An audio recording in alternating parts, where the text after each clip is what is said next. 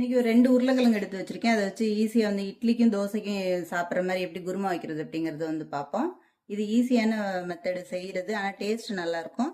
இது வந்து 2 உருளைக்கிழங்கு இருந்தாலே போதும். ஒரு 10 பேருக்கு மேலே வந்து சாப்பிட்ற மாதிரி குருமா வந்து ரெடி பண்ணலாம். அதுக்கு நான் தேவையானதெல்லாம் எடுத்து வச்சிருக்கேன். 2 உருளைக்கிழங்கு வேக வச்சு மசிச்சு எடுத்து வச்சிருக்கேன். ஒரு பெரிய வெங்காயம், ஒரு பெரிய தக்காளி, கொஞ்சம் துருவின தேங்காய், கொஞ்சம் பொட்டுக்கடலை, கடலைப்பருப்பு, இஞ்சி பூண்டு பச்சை மிளகாய் ஒவ்வொரு துண்டு எடுத்து வச்சிருக்கேன். கொஞ்சம் சோம்பு, கசகசா, ஜீரகம் எடுத்து வச்சிருக்கேன். இதை எப்படி செய்யறது அப்படிங்கறது வந்து பார்ப்போம். இப்போ வாங்க வீடியோக்குள்ள போகலாம்.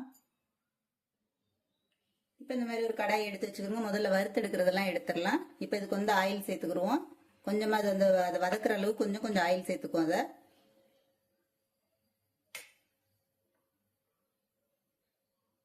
இப்போ என்னென்ன சேர்க்கணுமா எல்லாத்தையும் போட்டு சேர்த்து அதை வந்து வதக்கி எடுத்துடலாம். நான் முதல்ல வந்து கடலைப்பருப்பு சேர்த்துருக்கேன். இந்த கடலைப்பருப்பு நல்லா வறுக்கட்டும்.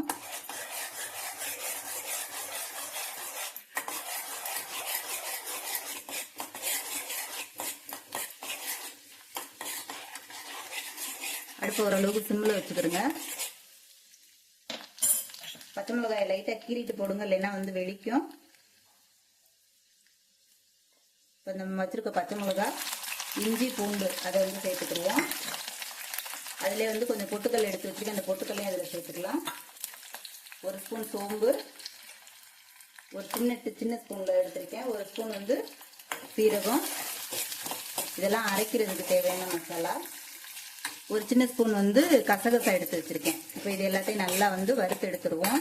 அடுப்பு ஓரளவுக்கு சிம்மில் வச்சு நல்லா வந்து அதை வறுத்து எடுத்துருங்க, வாசனை வர அளவுக்கு.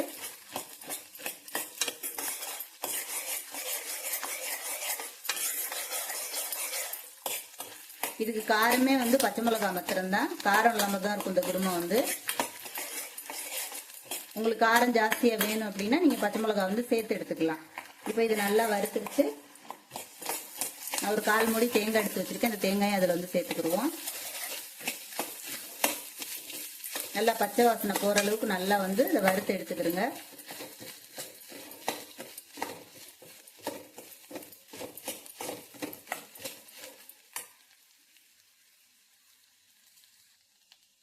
இப்போ இது நல்லா வதங்கிடுச்சு. இப்போ இதை ஒரு மிக்சி ஜாரில் போட்டு நைஸாக ஒரு பேஸ்ட் மாதிரி இதை அரைச்சி எடுத்துக்குவோம். கொஞ்சம் தண்ணி விட்டு இதை வந்து அரைச்சி எடுத்துக்கிறோங்க. அப்போதான் வந்து குருமாவுக்கு வந்து சேர்க்கும் போது கரெக்டாக இருக்கும். இப்போ இதை அரைச்சி எடுத்துருவோம். இப்போ அதை ஆறட்டும். அதுக்குள்ள வந்து இப்போ நம்ம வந்து தாளிப்பு சேர்த்துருவோம். அது என்னென்ன எப்படி செய்யறது அப்படிங்கிறது வந்து பார்க்கலாம். இப்போ நம்ம எடுத்து வச்சிருக்க ஆயில் வந்து கொஞ்சமாக சேர்த்துக்கிறோங்க. தாளிக்கிற அளவுக்கு வந்து கொஞ்சம் சேர்த்துக்கிறோங்க. எண்ணெய் நல்லா சூடாகட்டும்.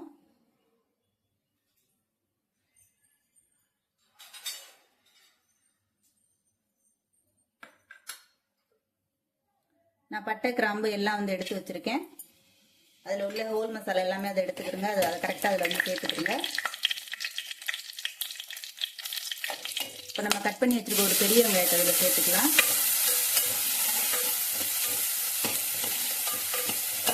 இது நல்லா வதங்கட்டு. வதங்கும் போது உப்பு சேர்த்துக்கிறோங்க.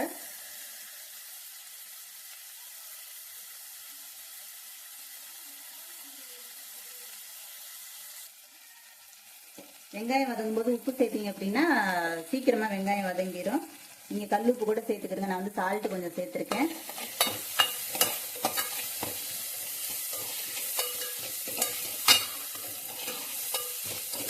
இது நல்ல வெங்காயம் வதங்கினதுக்கு அப்புறம் தான் நமக்கு வந்து தக்காளி வந்து சேர்க்கணும்.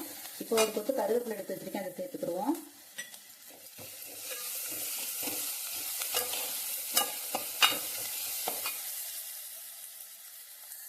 இப்போ வெங்காயம் நல்லா வதங்கிடுச்சு. இப்போ நம்ம எடுத்து வச்சுக்க தக்காளி வந்து சேர்த்துக்கிறோம். அதில் தக்காளி நல்லா மசியணும். அப்போதான் வந்து குருமா வந்து நல்ல டேஸ்டாக இருக்கும். நமக்கு வந்து தக்காளி முழுசாக தெரியாது. இப்போ இதில் உப்புலாம் சேர்த்துட்டு இதில் வந்து கொஞ்சம் மஞ்சத்தூள் மட்டும் சேர்த்துக்குவோம்.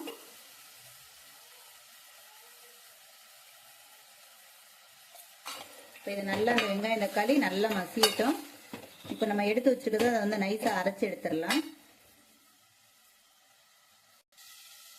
இப்போ வெங்காயம் தக்காளியும் வெங்காயமும் ஓரளவுக்கு நல்லா வதங்கிடுச்சு. நம்ம எடுத்து வச்சிருக்க உருளைக்கிழங்கு அதில் வந்து சேர்த்துக்குவோம்.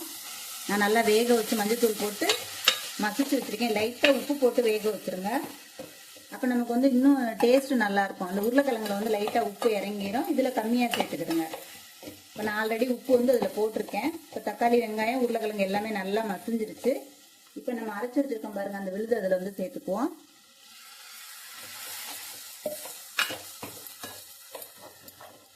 இப்போ இதுக்கு தேவையான தண்ணி வந்து ஊற்றிக்கலாம். தண்ணி வந்து நீங்கள் தாராளமாக ஊற்றலாம். பொட்டுக்கடலையும் வந்து கெட்டி கொடுக்கும், ஓரளவுக்கு திக்கா இருக்கும். அதே மாதிரி உருளைக்கிழங்கும் நமக்கு வந்து போட்டிருக்கிறதுனால நல்லா வந்து தண்ணியா இருக்கும், இது கெட்டியா வரும். நீங்க இன்னும் நிறைய தண்ணி சேர்த்துக்கலாம். ஒரு 10 பேர் சாப்பிட்ற மாதிரி 2 உருளைக்கிழங்கு பெரிய சைஸ் உருளைக்கிழங்கு இருந்தா 10 பேருக்கு மேல சாப்பிடலாம். நீங்க காரம் மாத்திரம் கொஞ்சம் பார்த்து போட்டுக்கிறங்க. உங்களுக்கு பச்சை மிளகாய் நிறைய வேணும் அப்படின்னா, இப்ப நான் 4 மிளகானா நீங்க இன்னும் ஒரு 2 மிளகாய் சேர்த்து வந்து போட்டுக்கலாம், காரத்தை பொறுத்து போட்டுக்கலாம். இப்ப இதுக்கு இன்னும் கொஞ்சம் தண்ணி சேர்த்துக்குவோம். ஓரளவுக்கு நீங்க தாராளமா தண்ணி சேர்த்துக்கிறங்க.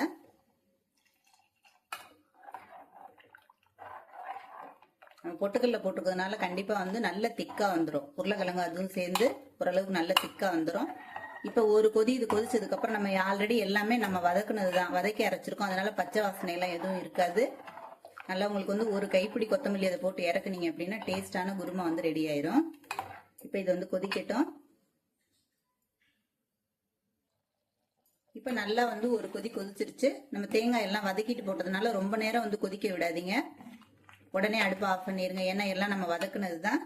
இப்போ நான் வந்து சும்மா ஒரு கொத்து கருவேப்பிலையும் எடுத்து வச்சிருக்கேன் வாசனைக்காண்டி. நல்ல ஒரு கைப்பிடி அளவுக்கு வந்து கொத்தமல்லி சேர்த்துக்கிறோங்க. வாசனை சூப்பரா இருக்கும் அதில் வந்து சேர்க்கும்போது. அவ்வளோதான், நம்மளோட குருமா வந்து ரெடி ஆயிடுச்சு. இப்போ அடுப்பு ஆஃப் பண்ணிட்டு சர்வ் பண்ணிடலாம்.